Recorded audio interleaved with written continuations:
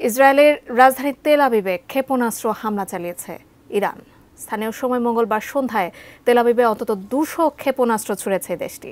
হামাসের শীর্ষ নেতা ইসমাইল হানিয়া ও হিজবুল্লাহ প্রধান হাসান নাসরুল্লাহর মৃত্যুর প্রতিশোধ হিসেবে এই হামলা বলে জানিয়েছে ইরানের রেভলিউশনারি গার্ড বাহিনী। তবে উপযুক্ত জবাব দেওয়ার হুঁশিয়ারি দিয়েছে ইসরায়েল। রায়হান মুন্সির ডেস্ক রিপোর্টে থাকছে বিস্তারিত। শেষ রক্ষা হলো না, অবশেষে সংঘাতে জড়িয়ে পড়ল ইরান ইসরায়েল। ইরানের মাটিতে হামাস প্রধান ইসমাইল হানিয়াকে হত্যার পর থেকেই দুই দেশের মধ্যে একটা চাপা উত্তেজনা বিরাজ করছিল।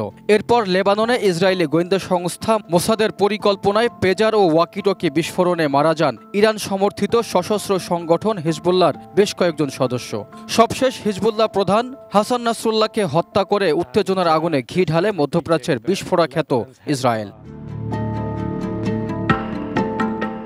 হানিয়া হত্যাকাণ্ডের পর থেকে প্রতিশোধ নেয়ার হুঁশিয়ারি দিয়ে আসছিল ইরান। এর চূড়ান্ত রূপ নেয় মঙ্গলবার। তেল আবিবের বিভিন্ন স্থাপনা লক্ষ্য করে ব্যাপক ক্ষেপণাস্ত্র হামলা চালায় দেশটি।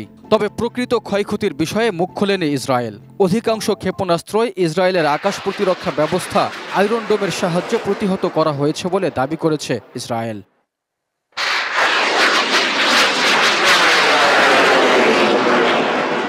কোয়ালিটি সম্পন্ন আন্তর্জাতিক মানের CMT 500W CSRM committed for better still. হামলার পর ইসরায়েল জুড়ে জরুরি অবস্থা ঘোষণা করেছে নেতানিয়াহু প্রশাসন। ইসরায়েলিদেরকে নিরাপদ আশ্রয়ে চলে যাওয়ার নির্দেশ দেওয়া হয়। বন্ধ করে দেওয়া হয় দেশটির আকাশসীমা। বাংকারে আশ্রয় নেন ইসরায়েলের মন্ত্রিসভার সদস্যরা। তাৎক্ষণিক এক প্রতিক্রিয়ায় ইসরায়েলি প্রধানমন্ত্রী বেনিয়ামিন নেতানিয়াহু বলেন, আজ রাতে অনেক বড় ভুল করে ফেলেছে ইরান। হুঁশিয়ারি দিয়ে বলেন, এর জন্য চড়া মূল্য দিতে হবে তাদেরকে। এদিকে হামলার পর উল্লাসে ফেটে পড়ে ইরানের সাধারণ নাগরিকরা।